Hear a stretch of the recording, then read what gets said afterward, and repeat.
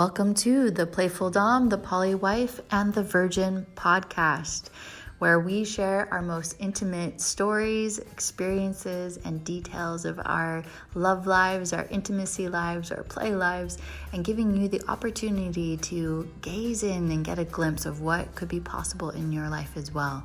As we share our stories, our adventures, we weave in tips, tricks, and techniques to help build your confidence, boost your courage, and give you the opportunity to ask for what you want in your life. Welcome to the podcast. Oh, and just a couple of quick thoughts before we get started. One, we are just everyday people. We are not professionals, licensed therapists, anything like that.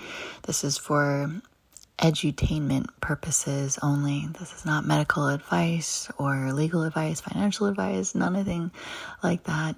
Listen at your own discretion. And this is for mature audiences. We're going into deep subjects and sharing deeply about intimacy and all the things about that. So just notice who you're around and let's go. Hello, everyone, and welcome to our latest podcast of the Playful Domme, the Poly Wife, and the Virgin.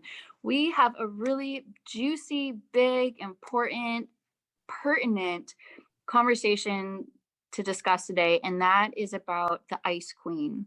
And we are sure that there are thousands, if not millions, of women that can resonate with this, and men as well, about the female partner in the dynamic being an Ice Queen. I've experienced it to some degree. Lisa has as well, and Ella the Virgin shared one of her good friends is going through this with his wife, who he's been married to for 40 years. And so we want to open this conversation. It's juicy, it's important. Let's help you thaw out and warm out and start moving from where you're at, which we totally get, to a new game, a new way to show up in your dynamic, in your relationship, and also to help you start stepping into your femininity more. But first, we got to understand why you're there in the first place. So Lisa, let's start with you as the former Ice Queen.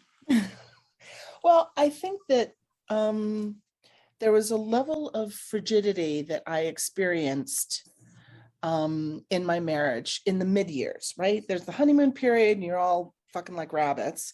And then you get into a groove and things slow down. Life gets in the way and stresses. And I'm not sure that I realized how frigid I'd become. Partly because what I know now is my husband isn't motivated by sex. So the fact that we weren't having a lot of sex was felt normal, but I realized that a lot of it was me, and a lot of it was our inexperience. And now that I'm looking back at it, it was our inexperience and the fact that the sex was just really boring. Mm-hmm. And I say that in the sense that it's not so much that sex is boring, but that it was the same every single time. We didn't play with toys, masturbation was private, and there wasn't that much exploration with us. And so I suffered from pretty severe PMS early on in our marriage. And I think that's when it started. It was just, I was a raging bitch for 3 weeks a month. If I didn't have my period, I was out of my mind. Mm-hmm. And so I think that definitely killed my husband's desire for me, because I was incredibly emasculating. I was very demeaning, very controlling. And then the only times he touched me was when he wanted to have sex. Yeah. And so his touch became something I cringed from because I knew what was coming and I didn't want it. And I kept saying to him, if you want to have sex, put your hand on my back when we're going through a door. Yeah, right. Simple Don't little put your things. hand on my thigh when we get into bed, because then I know what's coming and it makes me anticipate, okay, I've just got to sort of suck it up and suck it. And it wasn't pleasant. And so my lack of desire killed his desire for me. And that went on for years and years and years. And we had joked. I mean, this is why poly works for us, is we had joked for years, probably from maybe year 8 to year 28, about having a second wife. Like for 20 years, joking about the fact that maybe he needed to find somebody who could live with us that he could screw. I'm happy running the household, but I don't want to have sex that much. And so if he had sex with somebody else, I wasn't going to have a problem with it as long as we all agreed to it, right? So he and when we got married, I had told him that if he ever, before I knew anything, I was 23 when we got married. Before I knew anything, I said, if either of us ever has an affair, it's a symptom to a problem. And so let's just tell me, and then let's address the problem and see how we can move through it. And as it turns out, it was 2010. So was it really? Geez. So it was 11 years ago. We were all we were hanging out with a mutual friend of ours. She was somebody that we had who knew about our affinity for sort of a second wife. So she was in on the joke about being a second wife.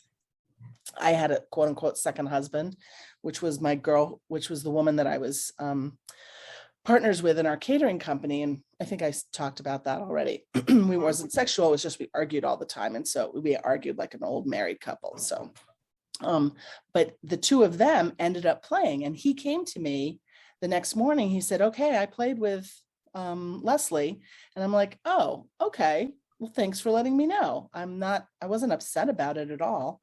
And she was shocked that I was not upset about it. And I was like, yeah, he and I had an agreement, and he was 100% in on the agreement. He had sex with you. He told me the next morning, I'm not at all upset.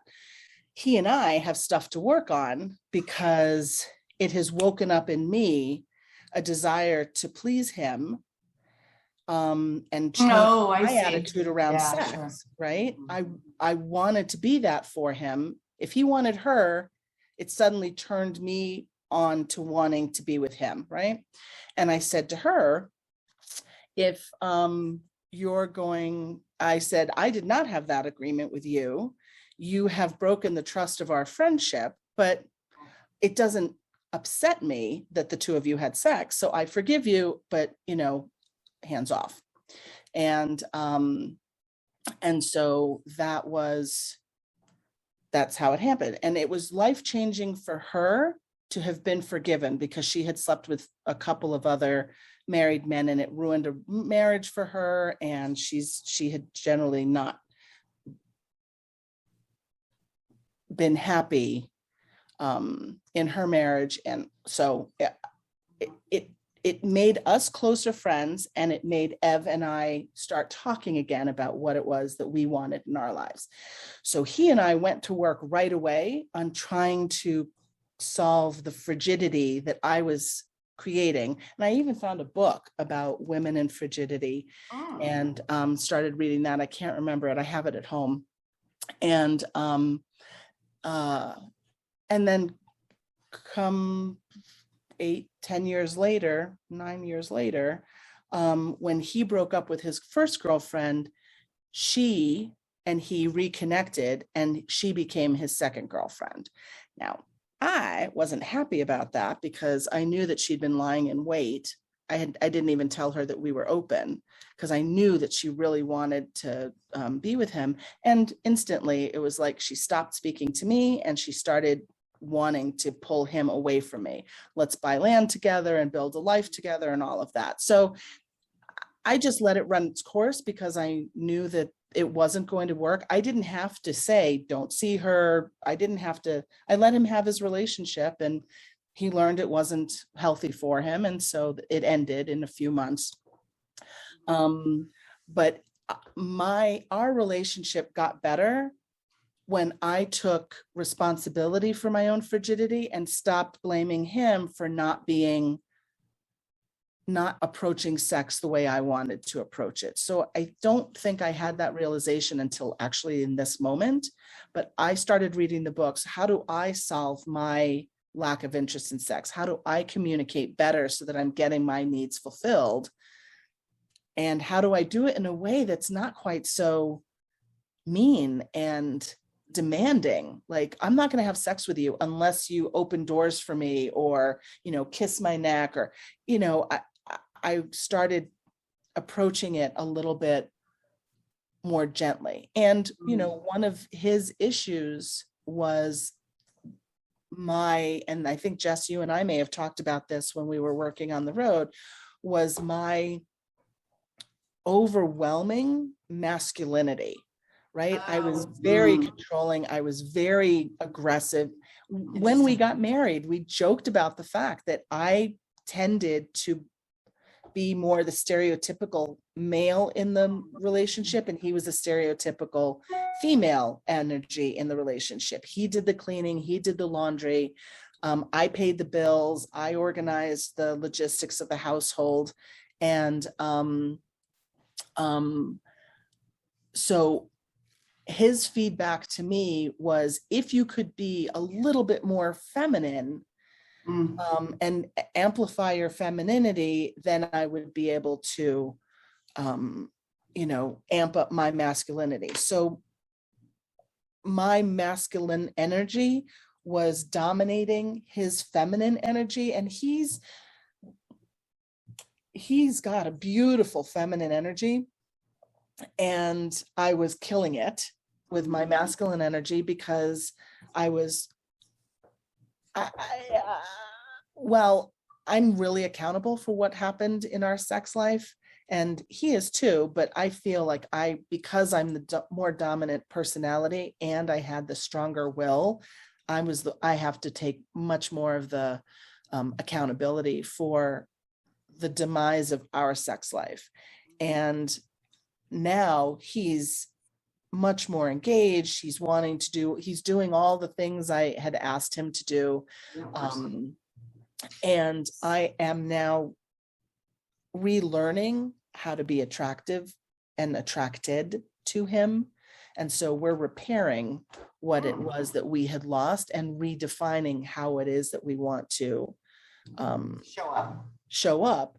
But I had to be willing to address my own frigidity, and not blame him for it, right? It's not his fault that I lost my interest in sex. It's my own. So I think it's part of like, love yourself first, that whole sort of, so, and I would say that by becoming poly, now he ended up starting our poly relationships because he had the first and second relationship before I had my one. But he was really attracted to women who had a strong feminine energy. Oh, yeah. So that gave me inspiration to model what it was that I wanted to be in order to be attractive to him. So now I'm in it, right? I was saying earlier that when in the middle of our marriage, I had a crew cut and I wore oversized t-shirts. I wore baggy jeans and baggy shorts. I mean, I was a cook, so I was in the kitchen all the time, but I never wore makeup. I never had lipstick on. I never was girly at all. And I was mistaken. So I was called sir 3 times. And then I was like, okay, I'm done with this. This is not working for me. And I grew my hair out. And that was the first thing. And then I ended up losing some weight. And suddenly I started feeling a lot more feminine because I was taking care of myself and I wanted to look pretty for myself first. And, now I'm a sex goddess. So. Yeah. So my story is very different. I was married for close to 25 years. And I think like we've spoke about in the past is that, things get a little bit, I'm going to use the word boring, like kind of mundane, same spot, same time, same place. So it's like, oh, wow. And I think oftentimes in relationships, some of our early patterns, like for instance, when we were in high school or college, right? The guys would try to get the women drunk and then, get lucky, right? So I don't know that the relationships, and how would they to evolve to include intimacy. So I guess my question, Jess, for you is like, how do you get that when you become frigid and like like Lisa said, you said it perfectly. As soon as that touch comes and you become like, oh, it makes your skin crawl. You just get angry. I think the true question is how do you take that? How do you change that? I guess is the question, because I think it's an issue. I would assume that, well, all of us have experienced, right, at some level in our life. So anyway, so Jess, what do you think? What's your thought on that? So I cannot say that I've been married at all.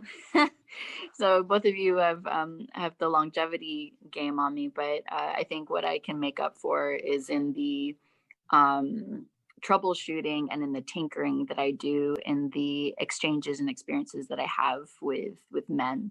And I recognized that it is so important. It would behoove men.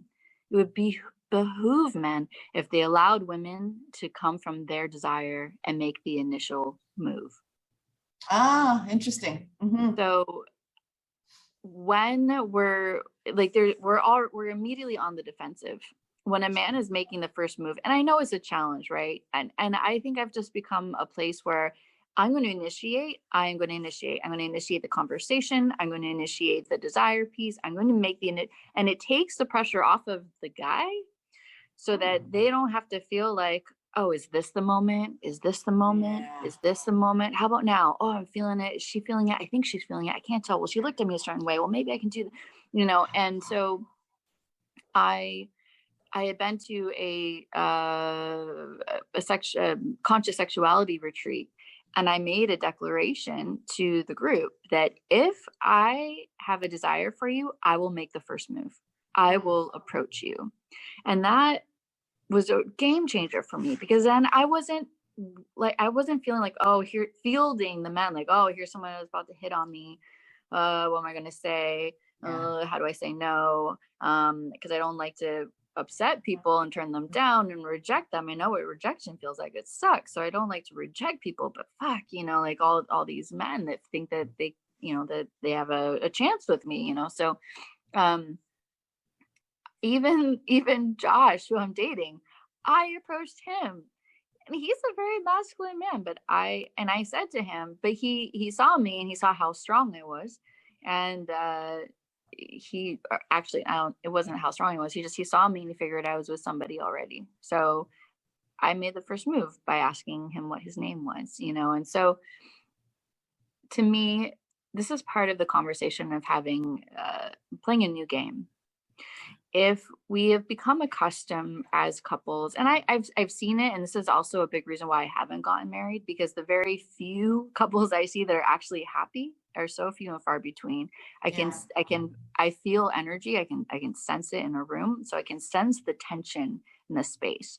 I can see the woman uptight and wound tight. She desperately wants to be loved. Make no mistake. There is I promise you, if she's with you, she wants to be ravished. She wants to be like that siren seductress that she reads about in the romance novels that she's secretly reading about or fantasizing about or whatever. She wants that. But if she feels like she's a receptacle and just a body that's an object for her partner to shove his dick in whenever he feels like it, to get off for the 3 minutes, and like, oh, I came in 3 minutes. Whoa, that was good for me. How about you? She's like, I wasn't even it's like trying to set, you try to put, it's like turning on an oven and immediately putting stuff in there and thinking it's going to cook. Yeah, that's a great analogy. It is. And an oven takes 10, 15 minutes to warm up, to preheat, to get to the temperature, to adequately cook the food that you're going to put inside it, right? But if it's like, well, I'm just going to shove it in right now, and well, why is it not cooking? Why is it deflating? Why is it getting like weird? Why does it taste not right? Like all the things, like, and then you're checking your food every 5 minutes because it's not the right temperature. So and everyone's disappointed, you've gone to all that effort, and then what? So I keep going back to like that a woman, I mean, you even talk about having a bun in the oven. women's wombs are perceived as ovens. So, do you want to stick something in a cold oven? You're going to get a fridge. Let's go back to frigidity. Let's go back to the ice queen. Of course, if she's not warmed up, she's going to be cold. Why shouldn't she? Yeah, Lisa. So Jess, go ahead. That's an excellent point. I have two things, because I had written down in my notes to discuss later was the difference in my pussy when it's actually ready and when it's not, right? But what I wanted to say is that I even created a game for us to play in which if one of us made a move, approach the other for sex, that it was in order to get the other partner to orgasm. So that it wasn't a selfish act, it was an act of not an act of generosity, but an outward focused act, rather than, so if Ev was going to come to me and say, hey, let's have sex, the goal would be for him to get me to come. If I wanted to have sex, then the goal for me would be for him to come. And so if we were approaching each other, so it sort of took the pressure, it took away the psychological belief that he was coming to me so that he could get off. We created that little bit of a game. Now, this is before I actually met men who loved to make women come. I mean, that was eye-opening for me. There were people on our team. I had a conversation on our team, Jess, with Paul, and he was like, oh yeah, all I want to do is make a girl come 30 or 40 times. I don't care if I come at all. I'm like, that's bullshit. No way. First of all, how does that happen? And second of all, that's an anomaly. Nobody does that. Nobody wants a girl to come first. Men always want to come first. And he was like, oh, no. I actually get more pleasure from pleasuring a woman than having her pleasure me. And then as I talked to more men, I found that there were men who believed that. And I thought, okay, this is a whole new world. And I began to believe that, and now I'm experiencing it.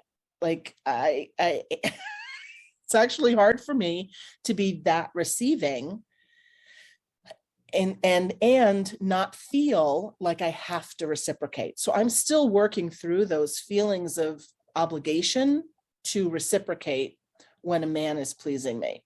And so you're right about them wanting to be warming up the oven. I'm meeting men and I'm teaching, because I'm talking about my experiences with my husband. He's learning that too. So now he's got a girlfriend and he's like, I made her come 3 times before I even came. And I'm like, yay, that's awesome. So he's getting it. And he's really excited about that dynamic and engaging in that. So that's super exciting. Yeah. So the conversation piece of, what can we do? Here we are, we're at this like iceberg, right? And if a man thinks of like the ship hitting the iceberg and you guys might be sinking, coming together again takes time, it takes effort, but it starts with communication and it starts with open-heartedness. This is why it's a great idea to find a relationship coach, to find some kind of counselor of some kind. It's helpful to have an intermediary, having someone there that can be impartial, because there's been so much buildup, chances are, from the years and decades of neglect, of lack of communication, of minimal intimacy, where it becomes transactional, it's not connected, all of these things. And sometimes to find our way through the woods with that, it's important to have people who have been trained to support you in opening up that dialogue, opening up that conversation, because it can be really challenging. There's so many really great certified sex coaches that I know that I've studied with and trained with, and all of that. We all went to the same school together. I know there's others out there in the world as well. And Lisa would be a great advocate as well for, anybody that wants to like start shifting that dynamic. But I think part of it is just sitting down and being like, this isn't working. And we deserve more. And I love you. And I want to have a different kind of relationship, and we can build something new. And, are you open to a new game? So Ella, what were you you had a question. Yeah, I love the word we. I think we deserve more. I think that's really important. And it doesn't again, we all love Lisa's life. It doesn't have to be the poly life. It just has to be about intimacy and making sure that each other's needs are met. Jess, can you talk further? You were talking earlier about what are the tools we can give men, I think is really important, so that we, like we've talked about, we warm the oven up, so it's just not just transactional. Maybe we can give them some tools. Absolutely. So thawing out the ice queen takes time. And this is for men to understand you're in it for the long game. Do not try to have this be a short-term shortcut thing. It's not, it will blow up in your face if you try to do that. Women are going to catch on real quick. They're going to know what you're up to, and you're going to be 2 steps behind farther than you were before. So it's really about coming into intention. Is it really that you intend to have a deeper level of intimacy with your partner, and you really wanting to help open up her femininity and her sexuality? Because if you do it truthfully with like a true sense of integrity and honor in that, you do have the potential of unlocking her sexual fire and desire, and that becomes a whole different game.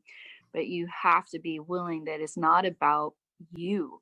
It's not about you fucking somebody and being able to, or getting off or whatever it is.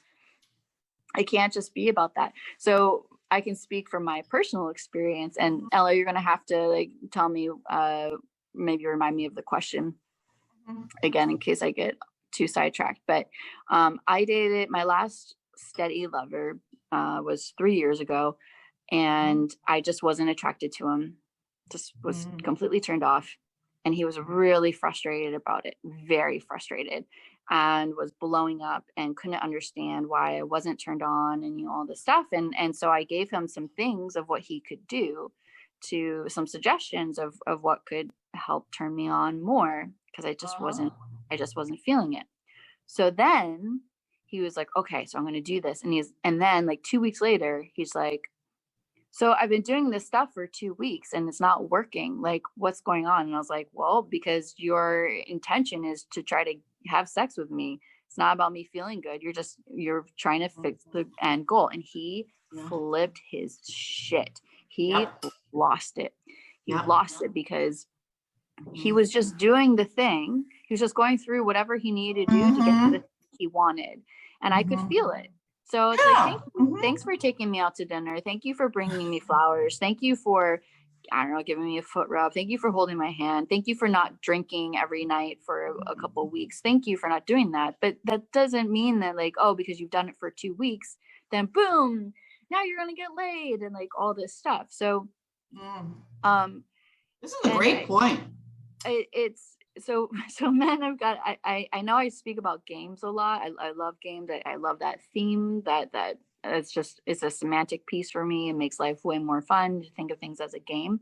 But playing mind games with your partner is a losing battle. And that goes both ways. Women can also utilize, and they will manipulate their sexuality to get what they want, and they will withhold love and they will withhold sex. So I am not by any means saying that women aren't also culpable in this, dynamic.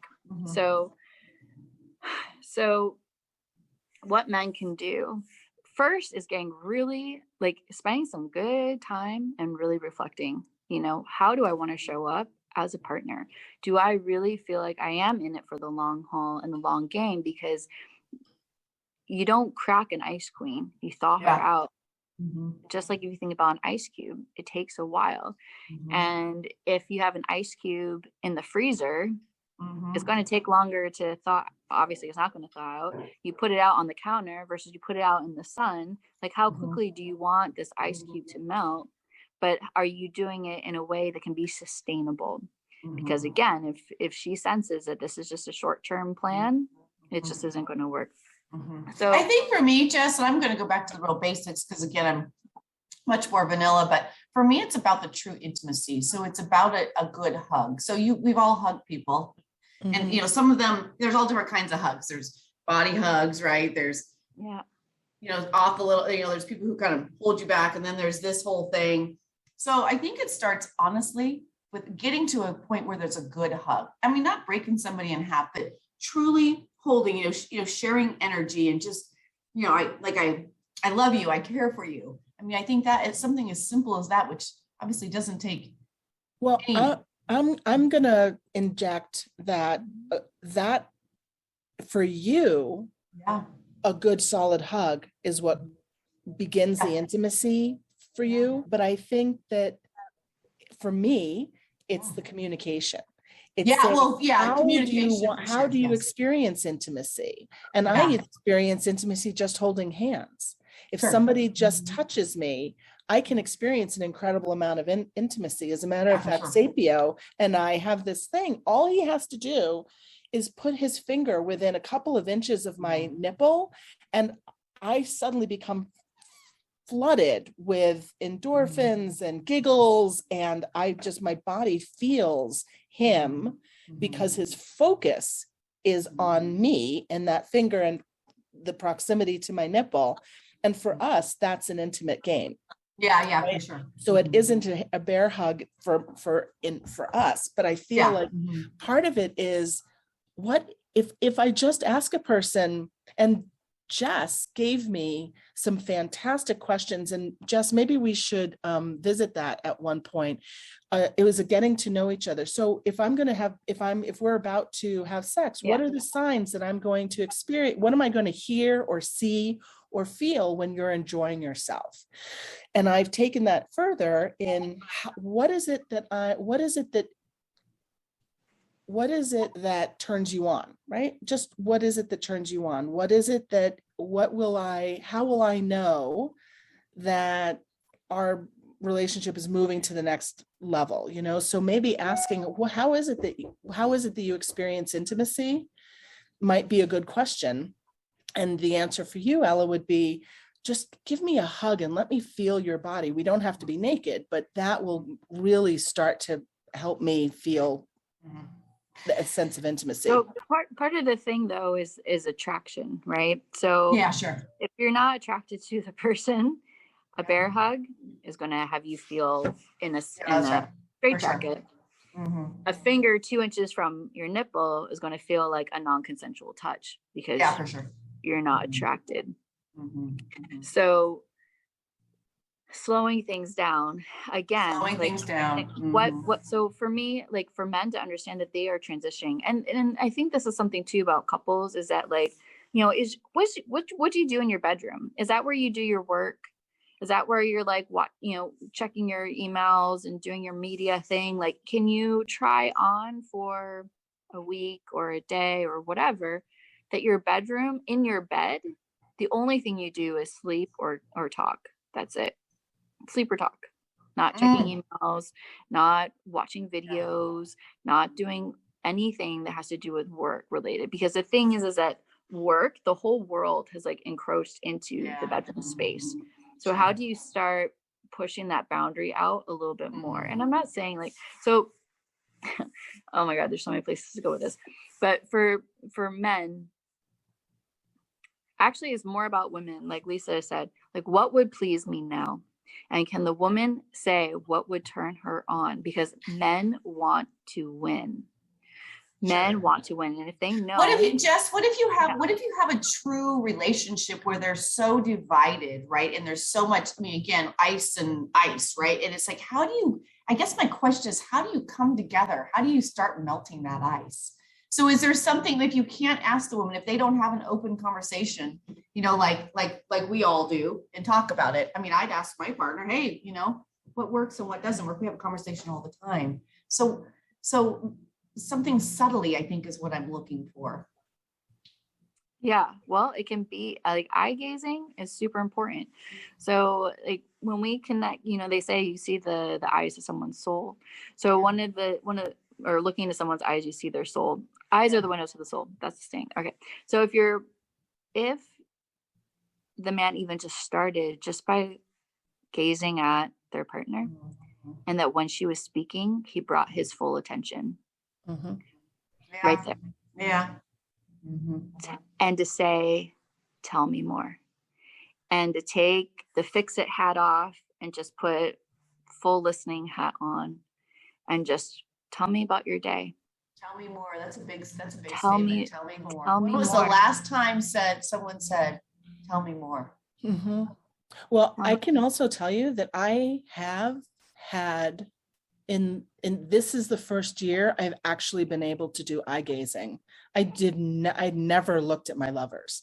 I close my eyes, I look away, my head is back and my eyes are rolled back. And I have my boyfriend Orion, he gazes into my eyes because he and his wife do eye gazing all the time. And we actually had to talk about it because I had a difficult time looking at him when we were having sex. And now I engage in literally looking at my partner when we're having sex. It was something that I didn't know to do, something Jess told me about, and I started paying attention to it. And now my sex is so much better because I am more connected. It's not about the physical connectedness. It's about for me, spiritual connectedness. And I feel that the eye gazing does that, the soul searching. So reeling it back out of the bedroom into just like, let's say you're on the couch, and there's a great book called Argue Less, Love More. It's a really, really fantastic book that helps couples with like communication.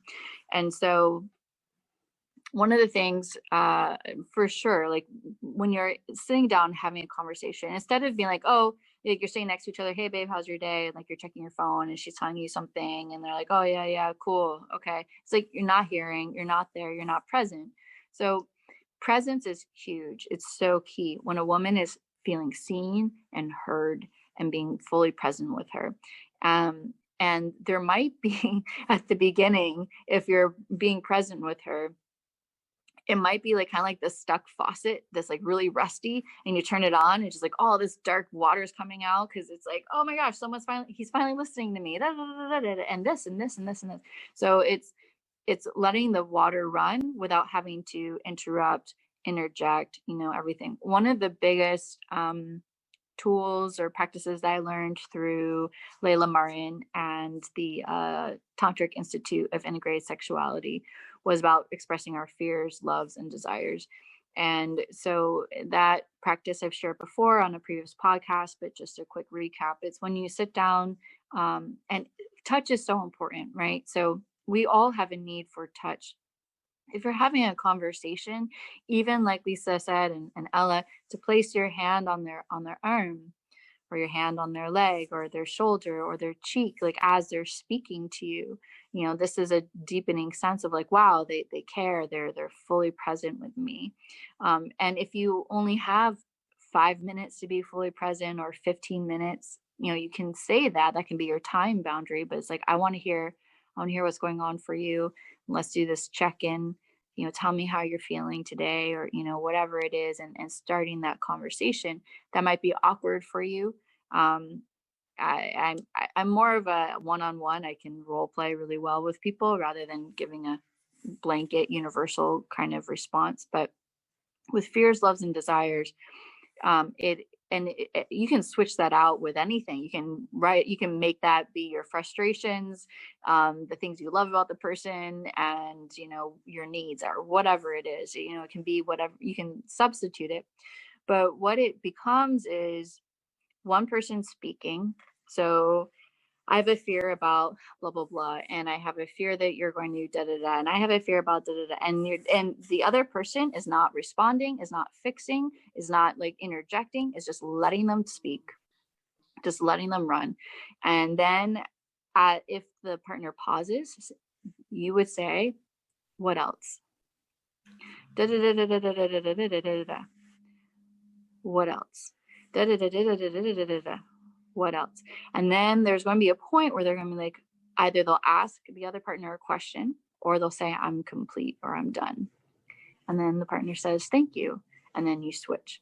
And then the partner does this. And so because we get such a tendency to get defensive, or we want to like fix a thing, or we want to push it back, or, you know, whatever it is. So to put the duct tape on and let people speak. That one of the things that women do is women think that most men are hairy women. Alison Armstrong talks about this, and that men can't think for themselves because it takes so long to respond sometimes. So if you're like, how was your day? And they're just sitting there, nothing's coming out. And she's like, and then you're like, well, did you do this? How about this? How was this? And we give them multiple choices because we still think that they can't think for themselves. But if you were to imagine, Alison Armstrong talks about this, that a man is like he's at a well and he's cranking the pail down into the water, and then he's pulling the pail back up. And if you were just to sit there and say like, how was your day? And then put the duct tape on it, or whatever question you have, and put duct tape over your mouth, and then let him speak, not try to. And we think, I know as women, we tend to think that because a man hasn't immediately responded, that we didn't ask the question well, or we need to reiterate it, or again, give him multiple choices. But if we can just trust that the man wants to really ruminates, he thinks about these things. So asking the question, putting the duct tape on our mouth, and then giving the man a chance to speak. And what is brilliant, and I've been doing this for years, what is brilliant is they will tell you so much more than you can possibly imagine. They tell you beyond that question, and you just sit there and keep that duct tape on. And even if there's a 30-second pause, I do this all of the time. There's a 30-second pause. You think that he's done, but then he keeps talking and he keeps going, and he'll say something again. You let them speak until they say I'm done, or they ask a question back. And that has been a huge game changer. It shows me so much about the men and them, you know, their thoughts and their feelings is really powerful. Ella. I think that's going to be my takeaway this week is I've been listening a little bit. No, I've been listening better and being quiet. But now I'm going to, is there anything else? Tell me more, and just keep the duct tape on and see what happens. I think that's fascinating because I'm an interrupter too. So I think I'm going to learn to shut up a little bit better even. This is where we start with the communication, right? And then, so to me, you know, again, we can tend to get pretty accusatory. You make me feel this way. You're not giving me what I need. You're not doing this. You're not doing that. That kills a man's confidence even more. Yeah, sure. This destroys him because then he's like, I'm not even making the woman that I've pledged to provide and protect and procreate and stay with, and you know, all the stuff. I can't make her happy. How can I do anything else in life? So what are they going to do? They're going to shift to a place where they feel they can win. Sometimes that is someone outside of their relationship, you know, because they can find that. Now, Ella was sharing about how and her friend, and if you want to share your friend's story a little bit about his wife getting, how she would get ready in the morning and, you know, things like that, you know, maybe that can touch on a few more women's lives. Yeah. So again, you know, they've been married for many years, almost 40 years. And just how the progression like we spoke about at the beginning, you know, they had a, you know, fairly intimate relationship, you know, had children, and it's gotten to a point now where, you know, in the last probably 10, 15 years, where she'll go and change, you know, to get in at night, you know, in the closet. And I don't know, I think it saddens me. And, you know, again, it's, you know, like Lisa, you touched on it. I mean, you got to that point as well. Maybe I did as well. Yeah. But and we've all been there, and it's like, how do you reconnect? I think that's the biggest thing is Man, how do you reconnect? So, and I love what we've shared. It's, you know, it's about the conversations, about listening. It's about. Well, part of it is to have the courage. Yes. One person has to have the courage to say, I feel the disconnection and I want to make an effort to reconnect. Not telling the other person how they want them to reconnect, but how would you like, I want to feel more connected to you. Yeah. What are the things that I can do to help you feel more connected to me? Yeah. Because it's not like, hey, listen, if you put your hand on my back, then I'll want to have sex with you. Right? That's what I was saying to him. Do this and then you'll get what you want. Instead of saying, what are the things that I can do to have you feel more attracted to me? You know, stop telling me what to do. Okay. Yeah, sure. Stop being so controlling. Okay, well then I have to take a look at how my being a controlling person is killing my husband's attraction for me. Right. But I have to have the courage to be able to hear it. Right. Yeah, that's right. To ask questions, right? I want what I want, but I also have to do what is necessary to have what I want directed by another person. Right. Right. So I think that is part of it. I wanted to make a point. Jess was saying earlier about women being, or we all were, pursued constantly. Yeah, sure. And Chris Rock had in one of his early shows, it was some special, maybe I don't even remember the name of it, was saying that, you know, men are confounded by the fact that women, you know, can turn, you know, that women have no problem getting dates and men have a real problem getting dates. And part of the reason is that women have been pursued for sexual objectification since the time they were 8, 9, 10 years old. We have been fighting off men all of our lives. Every man is I don't want to say a threat, but every man, it can feel as though every man is only after one thing from us as women. And we can walk down the street and we're not walking down the street saying, yep, him. Well, maybe now I am, but I haven't all my life, you know. Oh, God, I love you. And I think that we are so societally trained to hide our body, some of us, to hide our bodies because we don't want the constant barrage of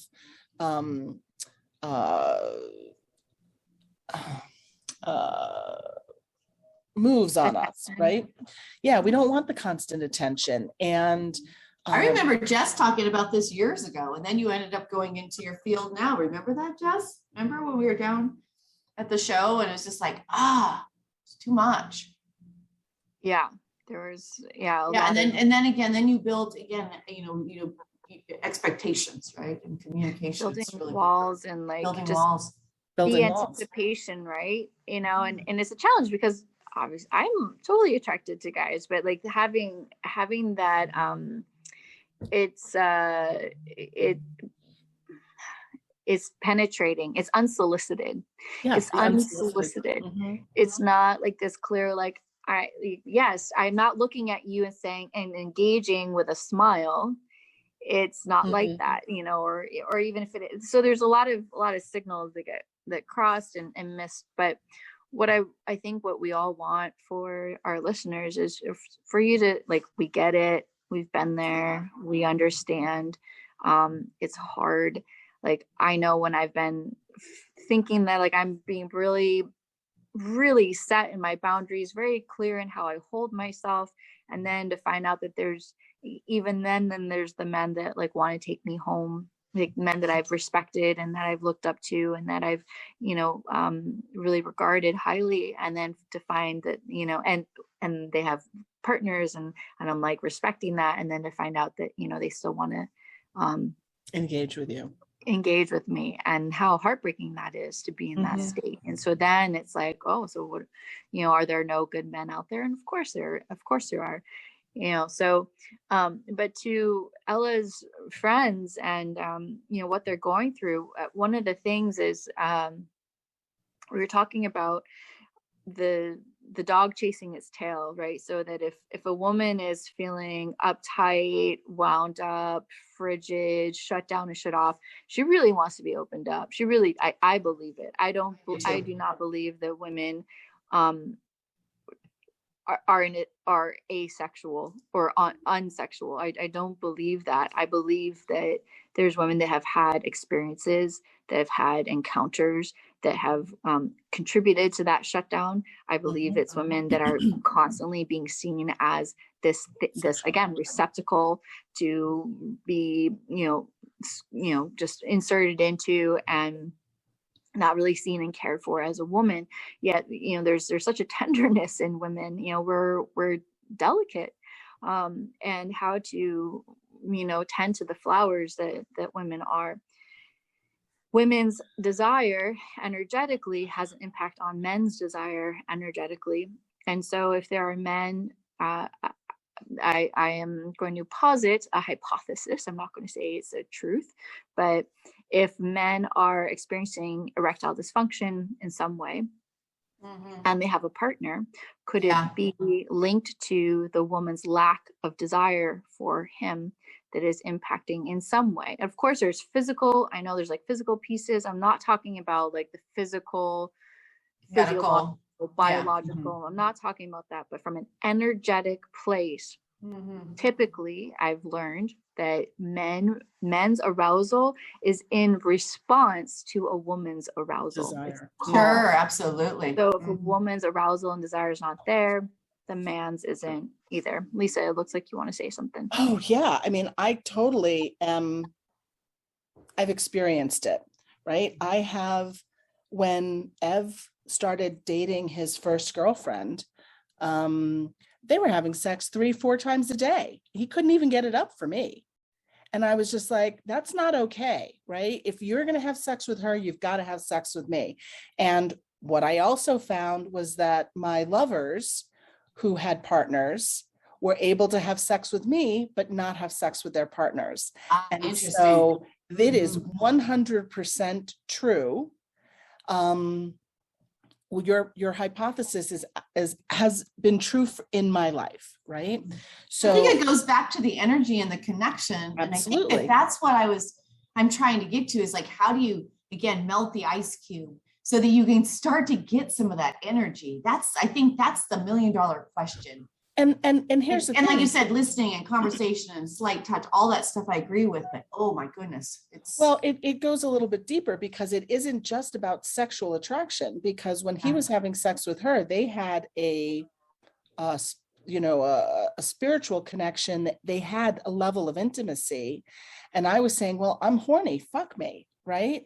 So just because I had desire for him didn't mean that he and I had the intimacy required for him to feel the desire for me as strongly as I was feeling it for him. Sure. He does now, right? So he went down for a nap the other day. And I was like, can I just suck your cock for a little bit? Would that be okay? And he's like, yeah, absolutely. So it was 5 minutes. There was no goal in mind. It was just like, I wanted to have that. He and I have an agreement that the only sexual, I know that he's ready to start being intimate with me again. And I have shut down my desire for him for so long that I don't have it for him. So I'm frigid for him again, right? And not frigid I'm just shut down. And I want to awaken that in me. And so I was like, that's a beautiful cock lying right there. And I think I want, and he was soft, right? He wasn't excited at all. And he knows that I love a soft cock. So he was like, yeah, that would be great. Go ahead. I'm going to go down for a nap. It'll be fantastic. So I did. And so he got hard very quickly, because I was approaching him. He knew that I was desirous of his pleasure. not necessarily for my own pleasure, but just for the fun of it. It was just for fun. And both of us enjoyed it. And it's a step towards us building that intimacy again, because it wasn't meant for me to hop on top and get off on him, or his needing to get off using my mouth. It was just like, hey, let's have this moment and let it go, right? But I can say for sure that he responds to my desire for him, and I am responding to his desire for me, not in an objectified way, but in an honest way in which we want to feel that intimacy and connection. And that's new for us again, right? We're renewing that. It's exciting. So Ella, when you were mentioning like, how do we get back to the connection? And, I think Lisa has been trying to drive home this point that it's like, it's up to me.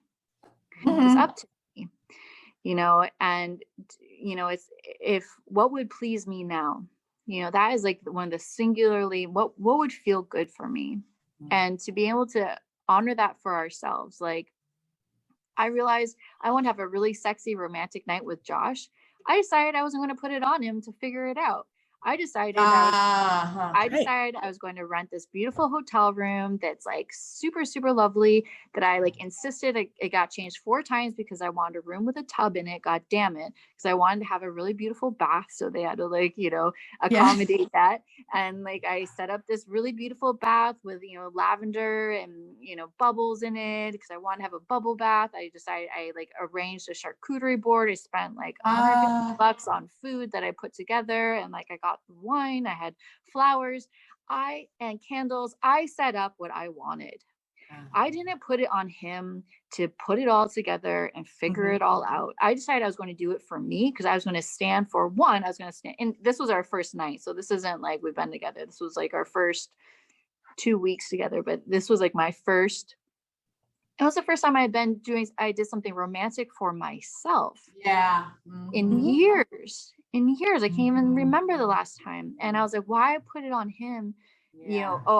Here's my list and figure this out and put it together and da-da-da. Like, why not? Yeah. Why don't I set that up for me Mm-hmm. and invite him in, and he can play and he can be a part of it, But for women, if maybe you don't know what you like yet, maybe you should take yourself out on a date. Yeah, true. Maybe start doing like, what would turn me on, or what used to turn me on? What was it? And what am I curious about now? And maybe that frigid woman, because she wants to go to like a sex shop and go look around and do maybe. Maybe she wants to go see about a bondage course, or I don't know, like maybe there's an erotic writing workshop that she can go to and like step into her, like this other side of her, and write this prose of this thing that she wants to experience. And like there's all these different suggestions and offerings, but it's like it comes down to you. It's not, you cannot put it on your partner. So, and that's part of the reclamation, I think, of our femininity and our sexuality, and that each and every one of us can design it for ourselves. But it's hard. It is not fucking easy. Even me being like, I'm going to eat self-pleasure every day for a month. And as much of a sexually integrated person as I am, that is still a challenge to do. But like, it's that kind of like commitment of like, or I'm going to connect with myself. Not even I'm going to like get off, but am I going to spend 10 or 15 minutes feeling around inside my womb, inside my yoni, and like see what feels good here or there, or like feel my body. Like this morning, I did sexy dancing in front of the mirror by myself, like, and that felt really good. And I was excited because I was feeling kind of pudgy. I like gained this really juicy 8 pounds since I've met Josh, and we've had tons of sex, and for some reason I thought this sex would do it. Like I wouldn't, it would cover the late night eating and like all the fried stuff I've been taking on. And I'm like, no. And so we're both like, what happened to our 6-packs, and what happened to like our nice curves? And so then I was like, we cannot, afford another month like this. We're going to be in the danger zone, you know, but like we both love each other's bodies so much. And I'm like, yeah, but add another 5 pounds, we're going to start being like, oh, and this is an important part for us. We are selfish and that we are very turned on by each other's bodies. So this morning to like get up, and I was feeling yummy in my body, and then I put on this song called Breathless by Corinne Ray Bailey, which is a beautiful song. And like I had my thong and I was in the mirror and I was moving my body, and I was like, oh yeah, that's right, I forgot how much I love dancing naked-ish in front of the mirror by myself in the morning. I forgot. Cool. All right, I did that thing. So it really does take commitment, because there's also part of us that wants to hold on to the story. I want to hold on to the story. Yeah, for sure. I want to hold on to the story that he can't please me. Or there's part of our audience who doesn't realize that they can wake themselves back up. Yeah. That they don't have to have a dead desire, right? That they, again, I have friends, I'm nearly 60. I have friends who are married to older men who stopped having sex 10 years ago. And they were like, I didn't realize that was the last time I was going to have sex. I remember that reading in a book like 25 years ago. I was like, that is never going to happen to me. And quite frankly, exactly. When I had sex with my husband, I mean, I honestly can't. So,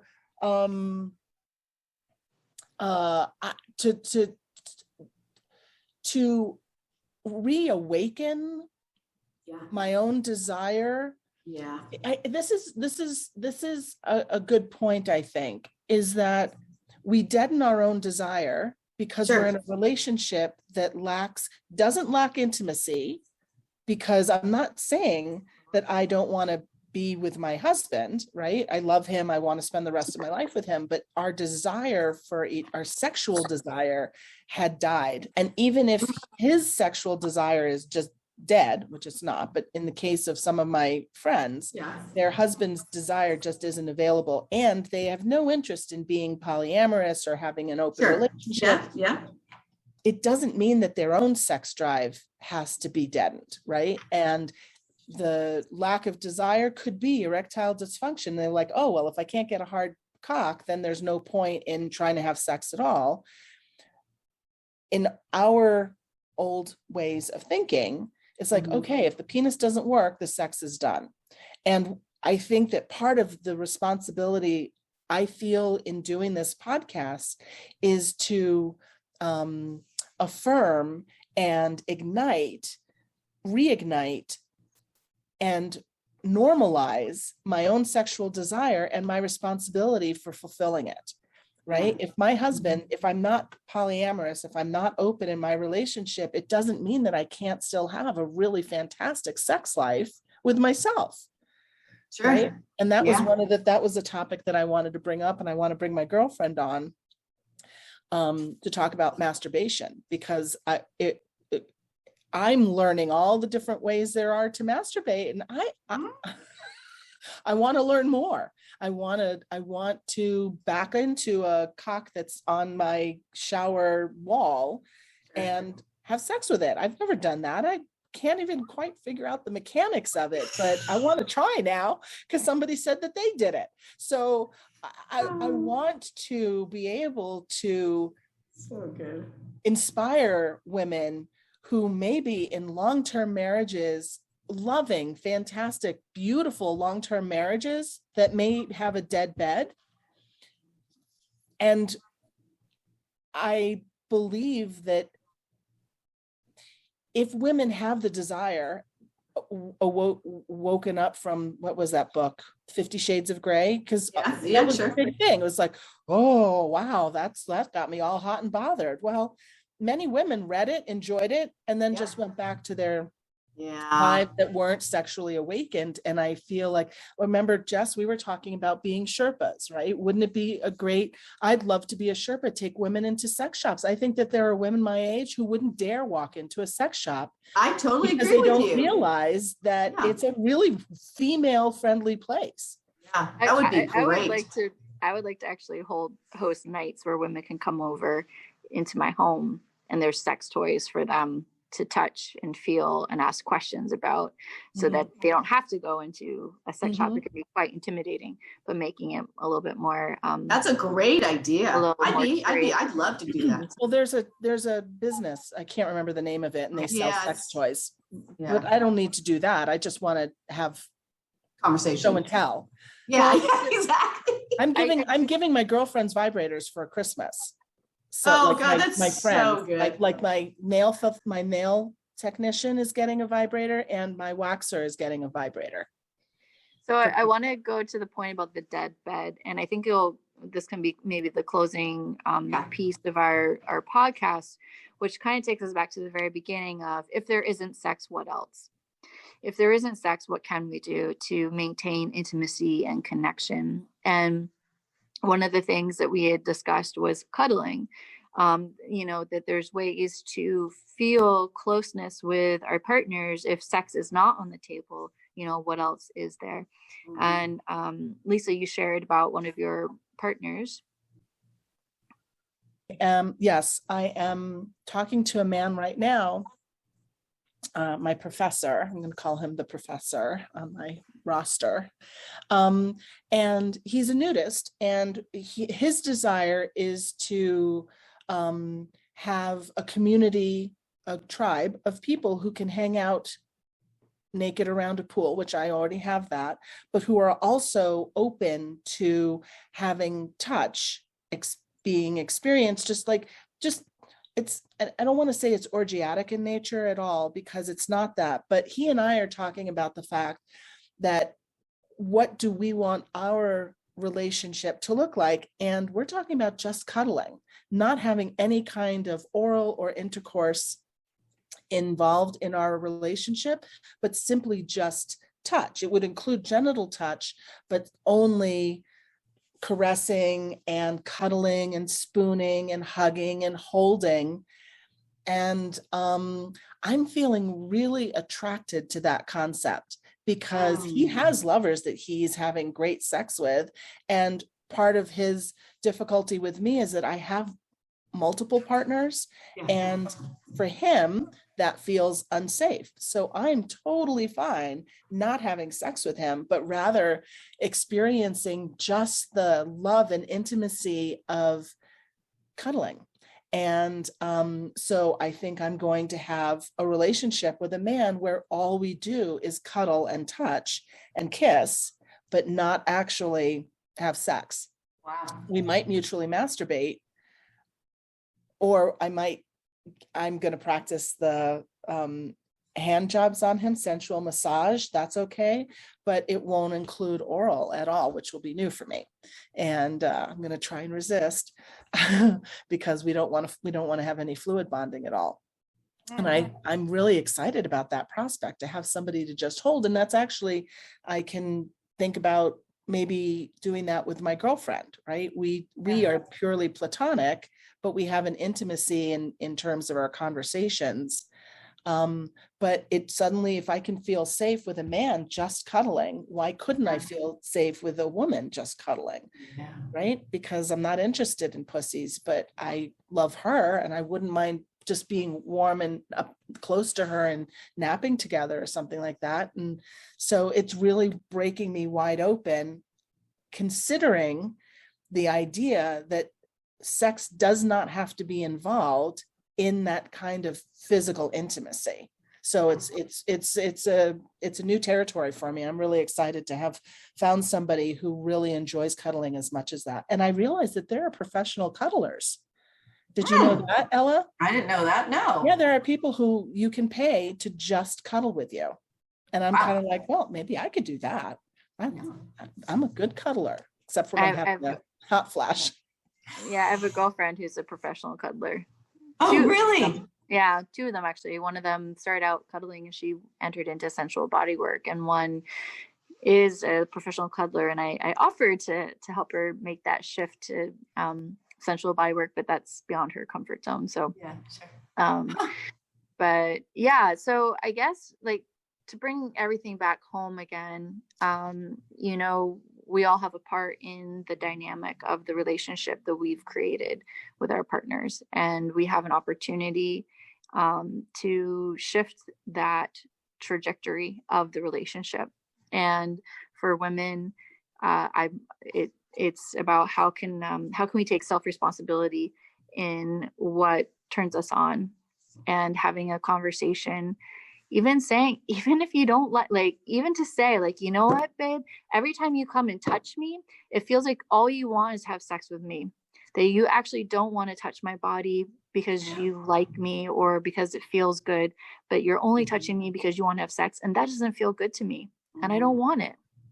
So how can we shift it? It takes some pretty, I believe Lisa's had some pretty brutal conversations, brutal in terms of brutal honesty. Yeah, sure. Like not beating around the bush. And I think that's something as women we tend to do. We don't want to say the thing. So we'll beat around the thing, but men are very stark. They need direct, you hear them. How do they speak to each other? They speak very directly. So if you're saying like, I don't like when this happens, and then here's a different way to do it, or here's a way that I'm open to, or whatever it is, that we can do that. For men, it comes back down to, you got to be in this for the long game, and how to engage again with your partner in a way that feels connected, that she feels seen, that she feels heard, that she feels understood, that is not about you, it's about her and having her needs met. Now, I will say, I do have a friend who has been married to his wife for 25 years. And for a long time, he was over accommodating. He was bending over backwards for her. He was trying to do whatever he could to help her feel safe and feel okay and warm up. And she was very much the ice queen. And it became a manipulation tactic for her. She started using it more, and she wasn't leaning in really and doing her work, until there came a point where he's like, you know what? You guys, Jess, sorry. Yeah. My parents just showed up. I gotta go. I love you. Love you too. Hi. That she was just like, you know what? He was like, you know what? You do your work. Like, I've done everything that I can. And he started focusing in on his own happiness and what lit him up, with the boundaries, with the conversations, with all the stuff. And because there's just a certain point where, where are we as women doing the work also? Yeah. Again, that's part of what I was saying, is it starts with me. It's like, how am I going to show up so that I can have what I want? So yeah, I have seen how I've been manipulative. I have seen how I've been controlling. I have seen how I've been demanding, and it didn't work in our marriage. And now that I have better communication skills, now that I own my desire and what it is that I want, it's creating a whole new world for me. And I'm so grateful. And so I hope that our conversations and that our listeners who are able to tune into us feel a sense of empowerment and a desire to explore this. And I think that, we just keep having the conversation, and maybe one of these days we'll do a live and actually answer questions live, which I think would be really, really great. Yes. Fun. I love the live thing. And this is also to reemphasize that each of us are on our own personal journey, and by no means am I trying to express how all women feel or how all men feel at all. Not at all. I can speak from my own personal experience. I can speak from conversations I've had with girlfriends and with men. I can speak to my own work that I've done, but I also recognize that it's there's a lot of nuance. There's a lot of intricacies, that nothing is quite so blanket statements. So I want to honor and recognize that each of our listeners, you've been on your own individual journeys, and all that we can hope for is that that there's certain tidbits and takeaways for you, some aha moments to help shift your perspective, or even open your mind just a little bit.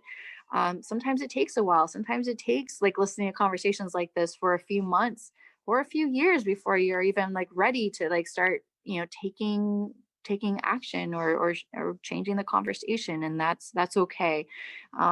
So I do want to reemphasize that, Lisa is here as a poly coach, but I think even more than that, I think that Lisa's done a wonderful job of navigating in herself and being able to touch and help others along their path, and whatever it is, if it's business related, if it's career related, if it's life purpose driven related, relationship related. So by no means do I want to feel like Lisa's being boxed into a poly coach. That's just one aspect that she is excited about. But you've coached people on lots of other things, Lisa, so who aren't poly people at all. So I want people to know that too, that hopefully as you've been listening to Lisa and you're like, wow, she seems like someone that'd be really awesome to go to. Oh, but she's a poly coach. She's more than that. I don't want to push my lifestyle on anybody at all. It's all about choice. But I think more so I'm focused on communication and being able to learn how to express ourselves in order to get what it is that we want. So, and also turning around, shifting perspective. I think one of my friends calls me the spin doctor, because I can spin anything into something positive in someone's personal life. So thank you for absolutely that. Yeah. Lisa has a really beautiful way of shifting paradigms and perspectives, and I know that she does that a lot with me in terms of even my own kind of neuroses or conversations I'm having in myself, and Lisa's able to share a different perspective that just opens us up more. So I wanted to emphasize that. So thank you all listeners for listening to myself and Lisa and Ella today. And, bottom line, there's hope. There's hope. You do not have to stay the ice queen. It's understandable. And sometimes it's hard for me, like I want to hold on, like I said, I want to hold on to that story. Like even a few days ago, I had a really tough 24 hours with Josh, and I could feel a buildup already. And he's amazing. And I wanted to hold that stance. I wanted to hold being the shut off person. And it took him quite a while to be. I mean, he was perky and he was sweet, and he was helping me laugh, and he was really trying to break that ice down. And it was just like a little thin sheet of ice, but I wanted to hold that. I was not giving in a way to like his sweetness. I wanted to hold on to being upset. And it came down to like, I got to be able to let it go. Am I willing to let go and open myself up more and not continue to punish him? Because that's one of the things we like to, I can say a lot of women enjoy the punishing piece, where we will hold something over a man's head for an indefinite period of time. And that obviously also kills the attraction in the relationship, but it's a power move. So we have it in ourselves. I believe it really, they say happy wife, happy life, right? A happy woman, happy home. It's like, these things that we take. I think there's sometimes an abuse of power that we utilize. Absolutely. But it's also like a happy wife, happy life. It's not up to the man to make the wife happy. It's up to the woman to own her own happiness and express what it is that will make her happy if it's something that she needs him to do. But we also have to be responsible for it. We have to own our autonomy and be responsible for our feelings and solve our own problems. And Josh was doing a great job of trying to be perky and, shift your energy, but it wasn't until you decided to shift your energy that it was shifted. So he may have made it easier, but it was still, it's our we're responsible for our happy wife, happy life. It's my responsibility. So 100%. Thank you all so much for listening. Look forward to connecting with you soon. Thanks so much for joining. Sending you all so much love. Bye. Bye. Want more? head over to theplayfulpodcast.com for all the juicy things we have to offer.